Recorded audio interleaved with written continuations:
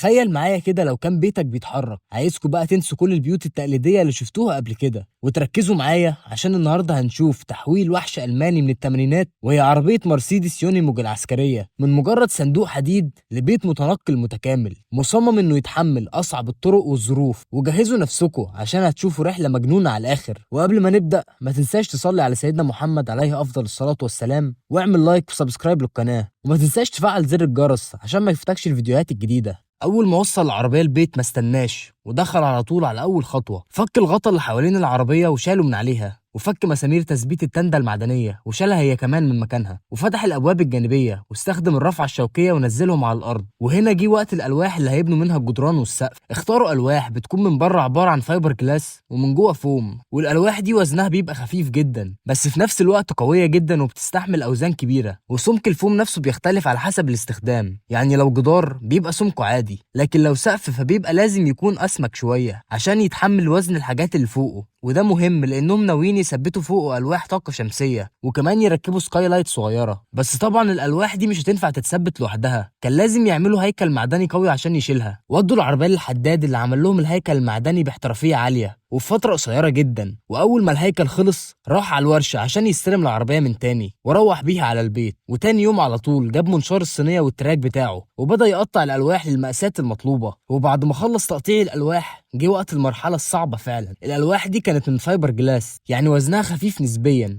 بس بسبب ضخامتها وصعوبة التحكم فيها فده هيبقى تحدي كبير لو اشتغل لوحده. عشان كده استعان بعيلته عشان يساعدوه. أول حاجة بدأوا بيها كانت السقف، ركبوه في مكانه كويس، والقطع المعدن اللي مثبتة اللوح دي اسمها قمطة، استخدموها عشان الغيرة يلزق كويس. وبعدها ابتدوا يركبوا الحيطان. أول حاجة رفعوا الجدار لمكانه، وبعدين ملوا الحواف كلها بسيليكون، وجاب خشبة وثبتها على الجدار ودق عليها بالشاكوش عشان الجدار يدخل لمكانه النهائي. وتركيب السقف والحيطان أخد منهم 3 أيام متواصلة. وبعد ما الجدران اتثبتت في مكانها دلوقتي هدفه انه يفتح باب رئيسي وكام شباك عشان الصندوق يبدأ ياخد شكل البيت بالفعل. جاب الاركت وهيبدأ أول حاجة بفتحة الباب، واللحظة دي كانت مرعبة جدا لأنه بيقطع لأول مرة في صندوق لسه جديد، وأي غلطة مش هتتصلح بسهولة. بس الميزة هنا إن الألواح نفسها كانت سهلة في التقطيع، والفتحة في الآخر كان مقاسها مظبوط بالملي. وبعد كده ركب فريم ألمونيوم في الفتحة بتاع الباب وركب الباب نفسه في مكانه. والخطوة الجاية هيبدأ يركب زوايا ألمونيوم جوه الصندوق نفسه. قطع الزوايا ودخل جوه وبدأ يثبتهم في كورنرات بالمسامير واحد ورا التاني. والفكرة منها إنها تمسك الألواح ببعض وتديها قوة أكتر. وكمل لحد ما غطى الكورنرات كلها. وجه اليوم اللي هيقطع فيه الشبابيك. علم مقاس الشباك على الحيطة وبعدين فتحها بكل دقة وتركيز، وأي غلطة في المقاسات هنا هتكون مشكلة كبيرة وهتخلي الشباك ما يركبش مكانه كويس. بعد ما خلص قص الشبابيك بدأ يثبتهم. استخدم السيليكون وبدأ يفرده حوالين الإطار كله بكمية كبيرة، وبعد ما يحط الشباك في مكانه يضغطه كويس، وبعدين يمسح أي زيادة من السيليكون عشان يطلع شكله نظيف ومظبوط. وبعد ما يثبت الشباك في مكانه بيجي دور القطع المعدنية بتاع التثبيت. وما وقفش لحد هنا، جاب نفس السيليكون وملى بيه حوالين الفريمات الخارجية للشبابيك كلها عشان يتأكد إن مفيش أي احتمال لمية إنها تدخل مع المطر أو الرطوبة. وفعلا شغله نظيف ودقيق جدا. وفي وسط كل ده أخد استراحة صغيرة وجرب يشوف القعدة جوه هتبقى عاملة ازاي، وبدأ يقيس الارتفاع المناسب للكنبة وراح يتمشى عند الشاطئ القريب منه. وكانت دي أول تجربة حقيقية للشاحنة في الطبيعة، وملامح المشروع بتاعتنا بدأت تبان. نيجي بقى للجزء الأهم وهو الأرضية. دخل جوه الصندوق وابتدى يقيس العزل اللي هيحطه تحت الأرضية، بس قبل ما يركبه كان لازم يمد مواسير PVC عشان السلوك والكابلات تعدي فيها وتتوصل من البطاريات لحد المطبخ اللي هيبقى في الناحية اليمين. والفكرة دي خلت الشغل أنظف وأجمل بكتير من غير أي كابلات باينة أو مشوهة المنظر. وبعدين قطع ألواح العزل على المقاس المطلوب وظبطها في مكانها وحط سيليكون على الأرض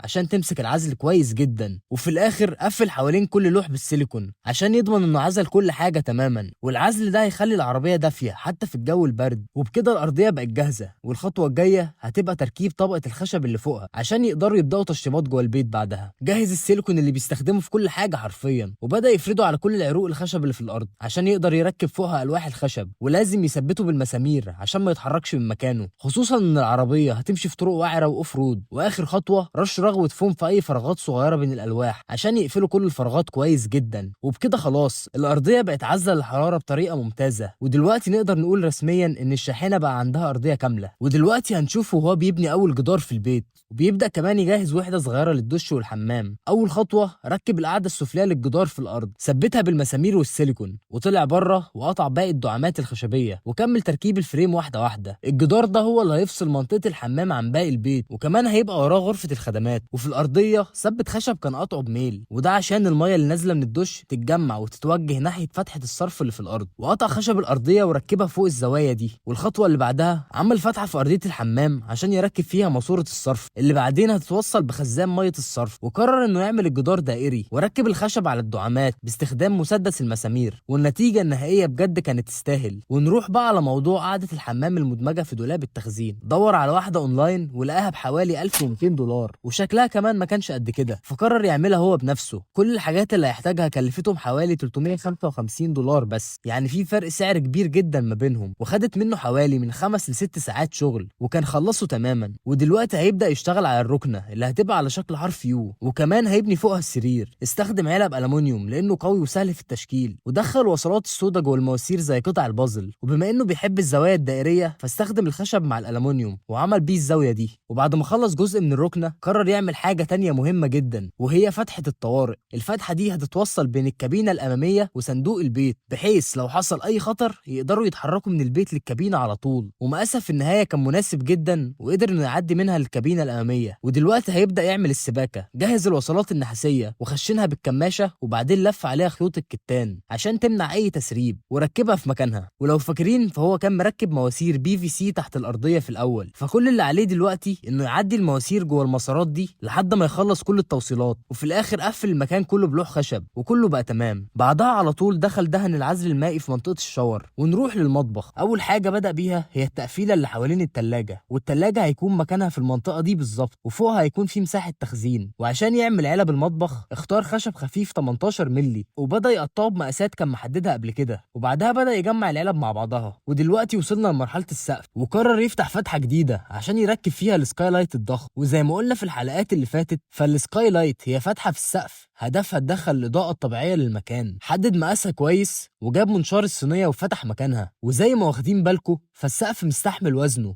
رغم ان الألواح كان وزنها خفيف جدا. وبعدها كمل وفتح فتحة صغيرة لشفاط الحمام. والمفاجأة الكبيرة هنا كانت التلاجة، لأن حجمها كان ضخم جدا فما كانتش هتدخل من الباب الأمامي، فقرروا يدخلوها من فتحة السكاي لايت. وأظن دي هتكون أغرب طريقة هتشوفوها لحد بيدخل تلاجة للبيت، والموضوع كان محتاج تعاون كبير بينهم. نزلوها لجوه البيت وكانوا موقفينها على علب المطبخ، وبدأوا يشيلوهم واحدة ورا التانية لحد ما التلاجة نزلت على الأرض بأمان، ونقلوها لمكانها اللي هتتحط فيه. ودلوقتي بدأ يشتغل على الصندوق اللي هيشيل البطاريات. والبطاريات هنا مش عادية خالص، دول بطاريتين ليثيوم 300 أمبير، يعني طاقة تكفي البيت كله. وكان عامل للصندوق فتحات تهوية كتيرة جدا من كل النواحي عشان يضمن إن الهواء يتحرك حوالين البطاريات وما يسخنوش. وكمان هيضيف مروحة 12 فولت صغيرة عشان التبريد. والبطاريات اتثبتت كويس جدا بشدادات وأحزمة بحيث ما تتحركش حتى لو العربية ماشية في طرق صعبة. وبما إنهم ناويين يعتمدوا على الطاقة الشمسية بشكل أساسي فجابوا ألواح طاقة شمسية تغطي تقريبا سطح العربية كله، يعني حوالي 1000 واط من الطاقة الشمسية. وده هيكون كافي لتشغيل كل الأجهزة الكهربائية بتاع البيت. والألواح دي مش من النوع اللي بيتلزق لوحده، فهو اضطر يثبتها بالسيليكون وظبط أماكنها حوالين السكاي لايت والفتحات اللي في السقف. ونروح للبطاريات اللي بتشغل الشاحنة نفسها. عمل قاعدة حديد للسلايدر اللي هيشيل البطاريات، ولحم فيها سيخين ألووز هيستخدمهم في تثبيت البطاريات، ورشها كلها بلون أسود. ودلوقتي بقت جاهزة. ركب عليها 4 بطاريات، وركب كمان سويتشين للكهرباء، واحد لبطاريات العربية والتانية لبطاريات البيت نفسه، بحيث يقدر انه يفصل اي واحد فيهم بسهولة. وبكده بقى عندهم نظام بطاريات قوي ومرن. ونرجع للمطبخ. جاب فرن غاز صغير عشان يركب جوه وحدة المطبخ اللي عملها، وقص فتحات كتيرة جدا في الوحدة عشان التهوية. والفرن ركب في مكانه من غير ما يحتاج اي مساحة زيادة. وكمان كان سايب مساحة ورا الفرن للسباكة او اي وصلات. واللي فوق ده هيكون درج للادوات. وعمركم سألتوا نفسكم ازاي الواح الطاقة الشمسية اللي فوق السطح بتحول أشعة الشمس الكهرباء كافية إنها تشغل بيت بالكامل؟ تعالوا نعرف الموضوع بيحصل إزاي خطوة بخطوة. الألواح دي بتكون مصنوعة من خلايا صغيرة اسمها خلايا كهروضوئية. أول حاجة بتحصل إن أشعة الشمس بتخبط في سطح اللوح الشمسي، واللحظة دي مهمة جدا لأن الخلايا الكهروضوئية هي اللي بتاخد طاقة الضوء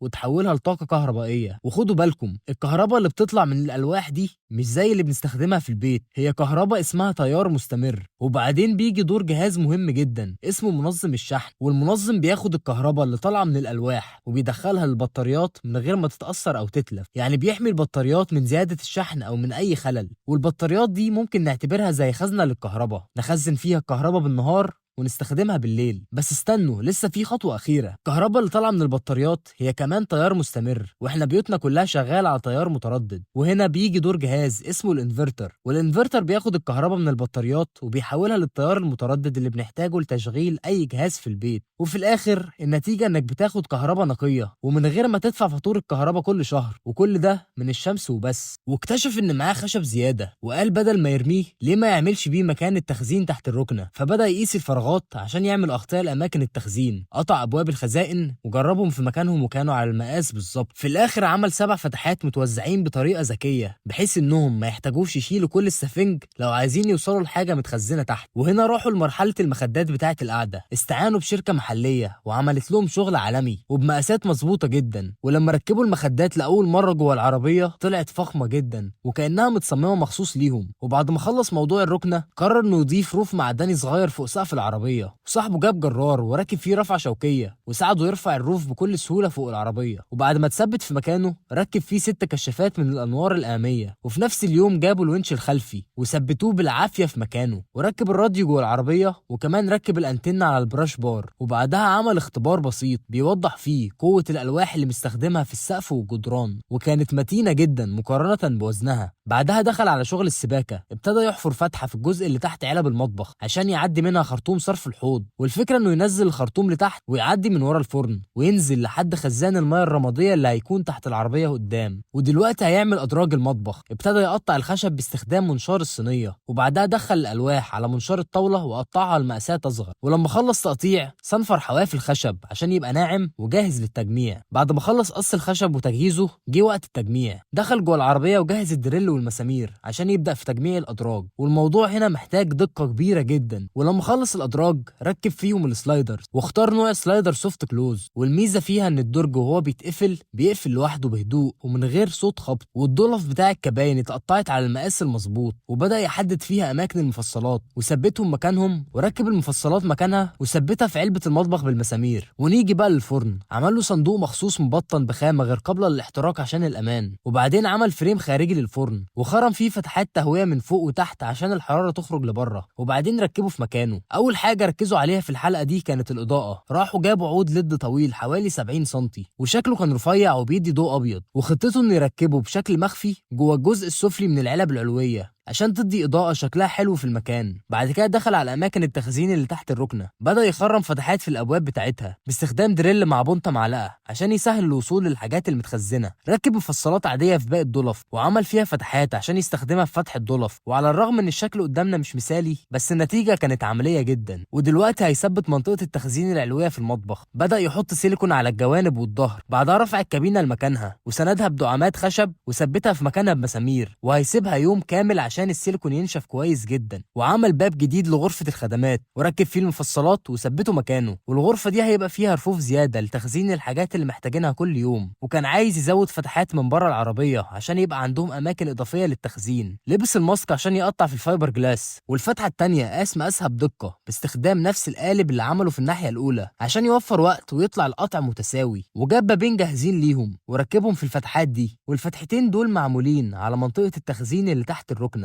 اشترى الشفاط للمطبخ، قطع مكان على مقاسه في الكابينة العلوية وثبته فيها كويس. والخطوة اللي فاضلاله بس هي التهوية للشفاط. حفر فتحة في جنب العربية وثبت فيها ماسورة التهوية ووصلها بالشفاط. واخيرا وصلنا لمرحلة الدهان اللي هتغير شكل العربية تماما. حددوا الالوان وبدأ يغطي البيت كله من جوه بطبقة سيلر. وفي الدهانات استخدم الرولة والفرشة، وهو استخدمهم بدل الكمبريسور عشان كان عنده 3 أو 4 الوان مختلفة جوه، فاستخدام الفرشة والرولة هنا هيكون اسهل بكتير. واول لون معانا كان اخضر فاتح. اول ما دهنوه كان شكله غريب ومايل للاصفر شويه، حتى لما نشف ما كانش نافع برضه. وبعدها استخدم لون اخضر غامق ودهن بيه الادراج، بس برضه ما طلعش نفس اللون اللي كان متخيله. هو كان عايز لون اخضر يميل للطبيعه ولون الزرع، فقرر يوقف ويرجع تاني لمحل الدهانات عشان يختار اللون الاخضر المثالي. واستقر انه يغير اللونين دول ويبدا من جديد. جرب اللون الاخضر الجديد، واول ما نشف الفرق كان واضح جدا بين اللونين، وهو ده اللون اللي عايزينه فعلا. والخطوه دي ما كانتش الاخيره في مرحله الدهانات، لسه هيعملوا حاجه غريبه جدا وانا اول مره اشوفها الصراحه. هيدهنوا غرفه الخدمات بدهان خاص هيخليها تبان كأن عليها صدأ حديد. اول حاجه بيدهنوا طبقه عشوائيه من البويه دي على جدار الغرفه والباب، وبعدها رشوا عليها ماده اسمها اكتيفيتور. واول ما رشوها بدأ اللون يغمق ويدي لمحات بني وبرتقاني. وقرروا يرشوا طبقة تانية وسابوه يتفاعل واللون بقى أغمق أكتر، وعشان يزودوا تأثير الصدأ رشوا عليها شوية مية بالبخاخة. وبعد كام ساعة كانت المفاجأة، الجدار بقى شكله عجيب وتحول بالكامل لشكل صدأ حقيقي. والصراحة الدهان ده مبهر جدا ومختلف عن أي دهان أنت شفته قبل كده. بدأوا بتشطيب السقف الداخلي للعربية. أول حاجة دهن الخشب اللي كان مقطعه بطبقة من زيت خاص بيبين جمال الخشب وبيبرز تفاصيله الطبيعية. وبعد ما نشف تماما جه الدور على الورنيش، وبعدين ثبت الألواح في مكانها على السقف. والشكل في الآخر كان حكاية، وركب أدراج المطبخ في مكانهم. وبعد كده جه الدور على الأرضيات. في اليوم ده كان عنده شغل تقيل ومليان تفاصيل. الخطة الأساسية كانت إنه يركب أرضية خشب طبيعي، بس شاف إن أرضية الفينيل هتكون أحسن مع البيت ده. أول خطوة حدد خط في نص العربية وبدأ يقيس ويظبط البلاطات عشان كله يجي مظبوط على نفس الخط، وخد وقت طويل عشان يظبط التفاصيل الصغيرة دي. وبعدين بدأ يلزق الألواح على الأرض، وكان بيحط المسطرة على طرف كل لوح والتاني عشان يطلعوا متساويين مع بعض. حتى الأماكن اللي فيها انحناءات جنب الجدران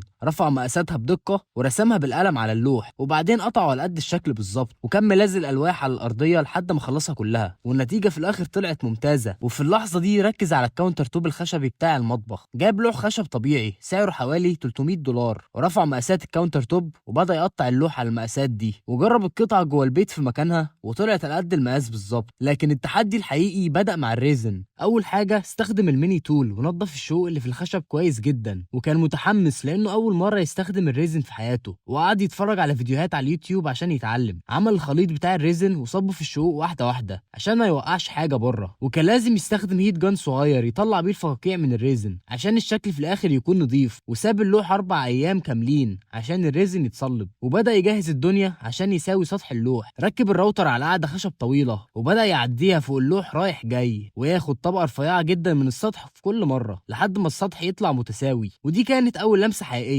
تخلي الكاونتر توب يتحول من مجرد حتة خشب لقطعة فنية للبيت الجديد. وجاب مكنة الصنفرة وساوى بيها السطح كله، وبالمنشار والتراك قص فتحة الحوض واستخدم الخواشة وعمل بيها فتحة الخلاط، وكل حاجة طلعت مظبوطة في مكانها. ولما خلص جاب نوع زيت لتلميع الخشب وفرده على الكاونتر توب كله بالتساوي بحيث يغطي السطح كله. وبعد ما خلص الفرد استخدم مكنة الصنفرة وركب فيها صنفرة ناعمة جدا وبدأ يمشي بيها على اللوح عشان يدخل الزيت جوه مسام الخشب. وبعدها جه وقت أهم خطوة، إنه يمسح سطح الخشب. ومن أول كام ثانية بدأ سطح الخشب الطبيعي يبان، وكمل لحد ما خلصه كله. وشكل الكاونتر توب بقى لوحة فنية، والريزن بقى شفاف جدا. ودخل الكاونتر توب جوه وثبته في مكانه، وركب خلاط ميه وحوض بلون برونزي شيك جدا. والشكل النهائي بقى لايق على ستايل البيت بشكل كبير. دلوقتي هيخش على مرحلة الكهرباء. استعان بكهربائي يأسس له الكهرباء في الأول، وبعدين هو هيكمل لوحده. ركب شرايط الليد في السقف وركب الغطا الشفاف عليها. عمل التوصيلات لسلوك الليد وغطاها بشرينك في الآخر عشان تبقى آمنة. وأول ما شغل النور شكل العربية بقى مختلف تماما.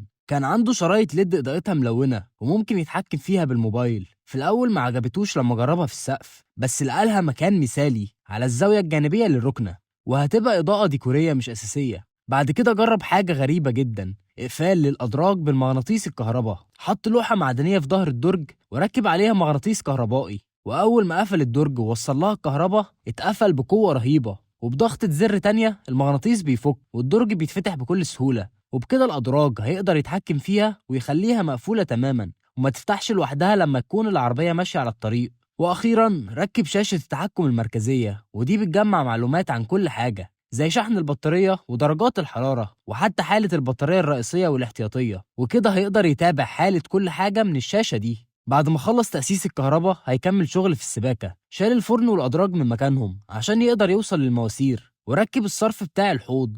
وتفتكر هو ليه ما عملش الصرف يكون ماسورة مستقيمة أو سوستة بتوصل على الخزان بره على طول؟ والشكل اللي مركبه ده مش عشوائي، ده بنسميه تراب على شكل حرف اس. والفكرة من الانحناء اللي فيه دي إنها بتخلي دايما في مية واقفة جوه، والمية دي بتعمل سد يمنع الريحة إنها ترد لورا تاني، وكمان بتمنع الحشرات. وده السبب إن الشكل ده ضروري وأساسي. وبعدها وصل مواسير التغذية للحنفية وركب ماسورة الصرف اللي هتتوصل بالخزان، وجاب جردل برا العربية وملاه بالمية، وركب بامب صغيرة تسحب وتضخ المية على الدايرة عشان يجربها. والنتيجة إن الحوض اشتغل تمام، والضغط في الدش طلع أحسن بكتير من مكان متوقع. وبدأ يركب سيستم السرير الكهرباء. السرير ده هيتعمل على 4 عواميد معدنية بترفعه عن الركنة وتنزله من تاني لما يحتاجوا السرير، وجاب لهم صندوق تحكم ومحول كهرباء ووصلهم ببعض لحد ما السيستم اشتغل بالفعل لأول مرة، والعمدان ارتفعت لفوق. وطلع بره عشان يعمل القعدة بتاع السرير، قطع الحديد على مقاسات القعدة ولحمهم مع بعض بحيث انه يعمل فريم معدني، ولحم الفريم ده في العمدان المعدن، وعمل اختبار سريع وفعلا السرير اتحرك لفوق ولتحت زي الفل. وبكده السرير بقى جاهز للمرتبة. وبعدين ركب مجرى عشان السرير يتحرك فيه ويقلل أي اهتزاز لما يبقى السرير مرفوع. وابتدى يشتغل على الجزء السفلي من السرير، هيضيف إضاءة ليد مدفونة جوه القعدة عشان تدي شكل جمالي بالليل. قطع قعدة السرير بالشكل اللي عايزه وركبه في الجزء السفلي من السرير، وركب شريط الليد وراها. وبعد التعب ده كله جه وقت المرتبة أخيرا. جاب مرتبة بتكون مضغوطة لأنها أنسب مقاس للمكان، وكمان بتكون صغيرة كفاية إنها تدخل جوه من غير مشاكل. أول ما فتحها بدأت المرتبة تتمدد قدام عينيه لحد ما ملت المكان كله، وبكده السرير خلص بالكامل. وبصراحة النتيجة النهائية كانت فوق التوقعات. والروف اللي كان مثبته على سطح الشاحنة بيتسحب لقدام ولورا بحيث إن مساحته تبقى أكبر ويعمل منصة كبيرة على السقف. لكن السلايدرز اللي راكب فيها الروف طلعت ضعيفة جدا ومش متينة، فقرر يشيله ويرجعه عند الحداد يعدل على التصميم بتاعه قبل ما يدهن العربية. هيروح دلوقتي لفتحة الربط بين الكابينة والبيت ورا.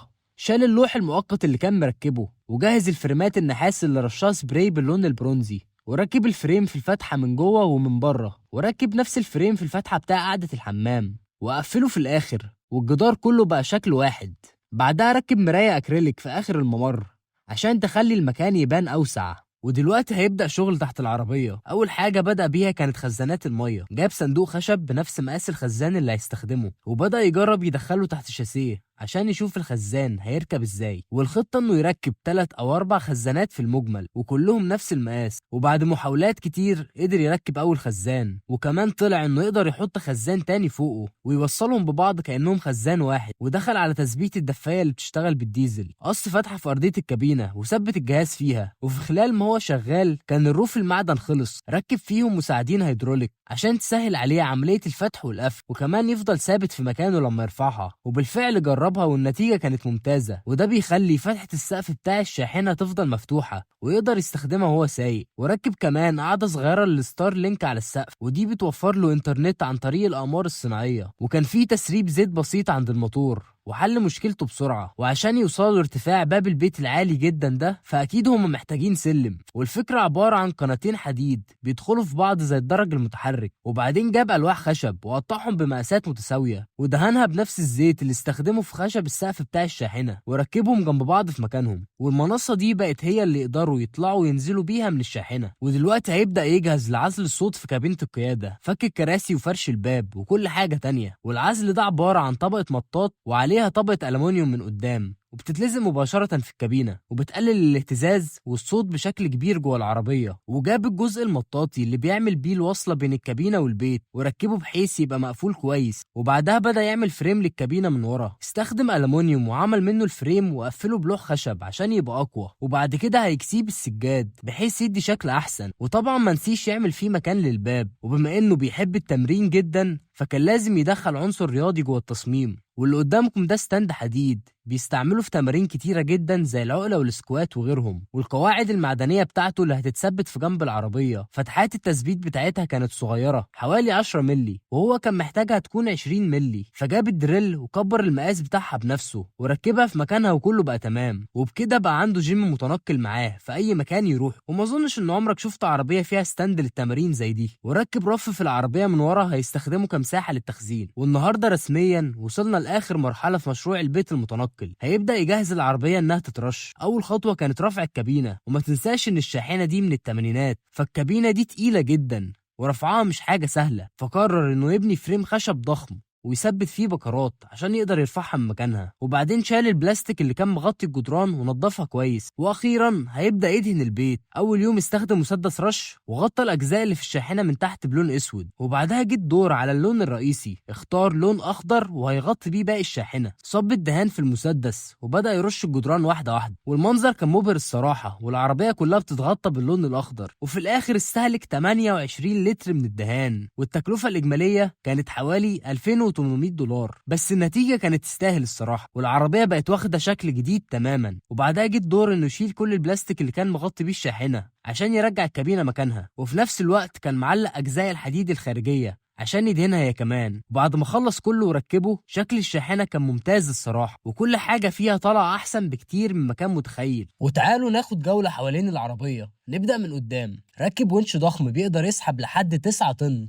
عشان لو العربية غرزت في أي مكان يقدر يخرجها بسهولة، ومساحة تخزين محترمة على الروف، وكمان يقدر يرفع الروف وينزل للشاحنة من فتحة السقف. وكمان نظام الكهرباء بتاع البطاريات ومفتاحين التحكم. ومركب 4 كشافات في جوانب العربية و2 ورا، يعني الإضاءة هتكون مغطية كل الاتجاهات. ودي مساحة التخزين الجانبية، وفيها أماكن التحكم في مضخات المية بتاع التنكات. ولو رجعنا ورا شوية هنشوف المظلة اللي بتتفتح، ودي سهلة جدا إن شخص واحد يفتحها في نص دقيقة بس. وعندهم كمان حنفية مية خارجية عشان لو احتاجوا المية برا البيت. وأخيرا طريقة الدخول للبيت. عندهم منصة قبل الفك والتركيب بتتسحب من الصندوق الخلفي، وبتتثبت مع السلم المعدني بدبوسين، فيتحول لدرج ثابت وسهل في الطلوع والنزول. وبكده نكون وصلنا لنهاية المشروع بتاع النهاردة، والشاحنة اتحولت حرفيا لبيت متحرك فيه كل حاجة ممكن يحتاجوها. والتفاصيل هنا مش معمولة عشوائي، كل قطعة متخطط لها بدقة عشان تخلي العربية دي جاهزة لأي رحلة أو مغامرة. ولو عجبكم اللي شفتوه ما تنسوش تعملوا لايك وقولوا لنا ايه رأيكم في مشروع النهاردة. ولو لسه ما اشتركتوش في القناة اشتركوا دلوقتي وفعلوا زر الجرس عشان يوصلكم كل جديد.